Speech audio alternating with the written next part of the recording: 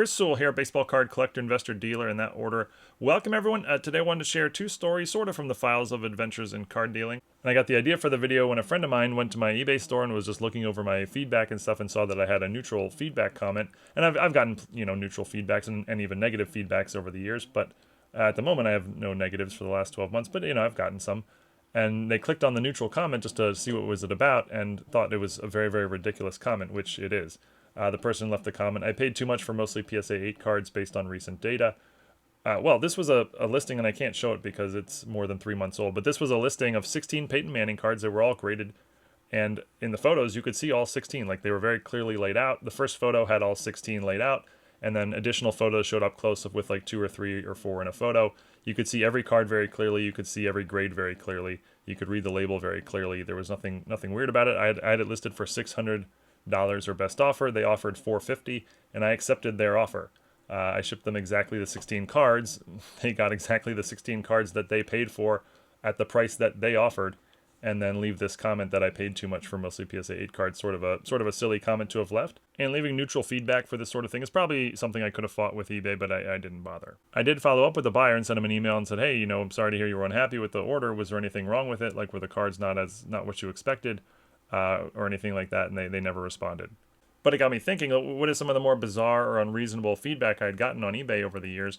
And two examples immediately popped into my mind. Now both of these happened a long time ago, so the details might be a little fuzzy, but basically, both of them happened exactly as I'll tell them here. So the first one involved a Michael Jordan lot, and I make a lot of player lots for eBay. Here's a recent example of a Michael Jordan player lot I sold on eBay. 458 Michael Jordan cards. But the one that got the feedback was, I don't know, I'm going to guess 10 years ago or so. And I don't remember the lot or how many cards, but it was probably something fairly similar to this, like a few hundred Michael Jordan cards with the exact number in the title. And when I make lots like this, I usually provide a picture where you can sort of see all the cards in a box like this with a few of them fanned out, and then some additional card pictures where, more of the cards are fanned out so you can see a little bit more of the variety you're getting in the lot. But of course, when you're dealing with a lot this size, 458 or whatever, you're not going to see every card in the pictures. But anyway, 10-ish years ago, the person bought the lot from me. I shipped it to them, and without ever contacting me up front, they just simply left negative feedback after receiving it. And I remember the specific wording of the negative feedback. It was 5 of the cards were Sam Vincent. Now, before we get into the Sam Vincent aspect of this is, already a pretty unfair sort of negative feedback to leave without contacting me first.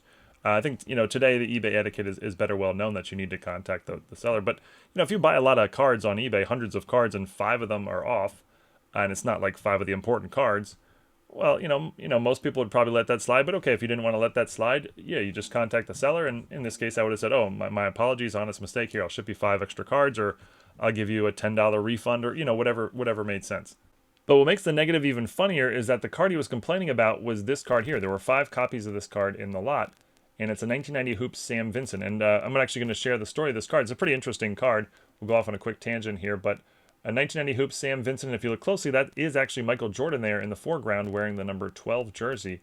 Now, Michael Jordan famously wore number 23 throughout his entire career, except for one season when he wore 45. But yeah, he's well known for always having worn number 23. But there was one game in Orlando when his jersey was stolen before the game. He could not find a number 23 jersey, so actually wore this number 12 jersey. It didn't even have his name on the back. He wore it for one game. He scored 49 points in that game, and this is the only card ever to show him wearing that jersey number 12. Again, he only did it for one game in his entire career. So this card does have some intrigue to collectors and Michael Jordan collectors for its uniqueness there. Now, Hoops actually stopped production on the card, and they put out a different Sam Vincent card. I'm not actually 100% sure why this is. Perhaps there was some reason, they didn't want Michael Jordan shown in a number 12 jersey. I don't know. But yeah, they put out this different Sam Vincent. So there's 2 variations of the Sam Vincent. One is this one, and one has the Michael Jordan number 12 in the foreground. And so it's a little bit rarer than other cards in the set. Don't get me wrong. This is not a rare card. It's in a very, very overproduced 1990 Hoops set. But yeah, it's a little bit rarer than other cards in the set. And it, again, has a little more intrigue than others. And just as, for example, today, the other 2 Michael Jordan cards in the set, you can go on COMC, and the cheapest list for sale is for $1.34 and $1.29, whereas the Sam Vincent with the Jordan in the foreground is, almost double that at $2.25. So it's a little more valuable of a card than other cards in the set, and other sort of junk wax era Michael Jordan cards by a little bit. So anyway, back to the comment. I don't remember exactly how the exchange went, but it was something like I write them, hey, just so you know, those 5 Sam Vincent cards, yeah, technically they're not Michael Jordan cards, but they are essentially Michael Jordan cards, and they're actually more valuable and desired than some of the sort of standard base Michael Jordan cards from the era. And his first response, as I remember, is just like, I don't believe you. You stop trying to talk your way out of it, type of thing. And then I follow up with a little more information, like, no, here's some examples, and then he just went completely radio silent, and never followed up. I think I sent him an email, hey, please take the negative down, but he did not. So I eventually contacted eBay customer service and explained the whole situation, and they actually sided with the buyer, saying that technically he's right. Those aren't those aren't Michael Jordan cards, and he's within his right to leave negative feedback for a seller he didn't think did a great job. And so yeah, the feedback got left and was there for an entire year, because I included 5 of these Sam Vincent cards in the lot of Michael Jordan.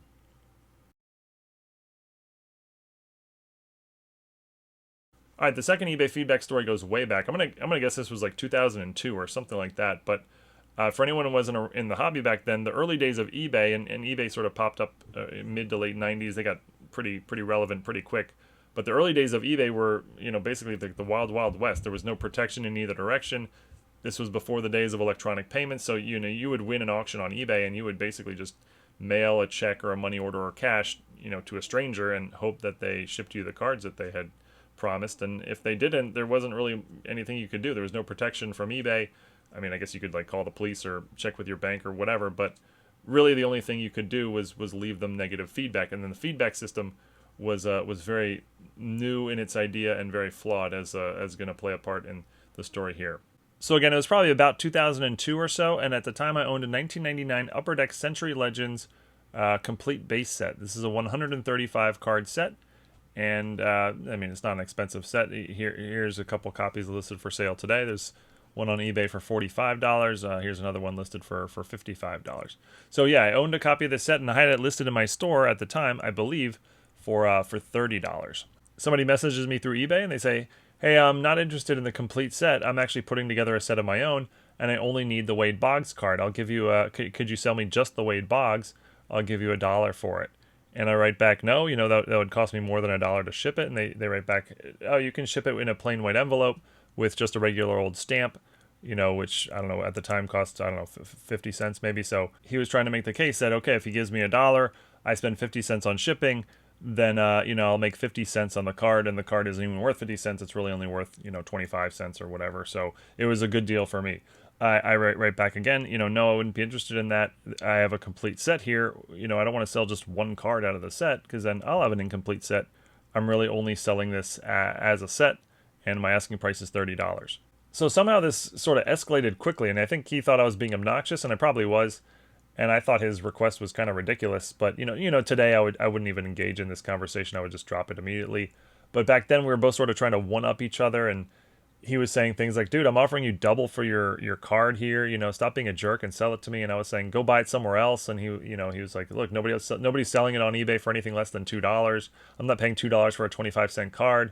I'm offering you 50 cents. And I was like, look, stop being cheap. If you want to, complete your set, go pay the $2 and get the card. And, then he called me cheap, whatever. It was very, very silly on both parties. I'm going to, since I'm the one telling the story, I'm going to say it was him that sort of started all the rudeness, but, perhaps it was me. I don't know. Luckily, that conversation has been wiped from human history, or at least I hope it has.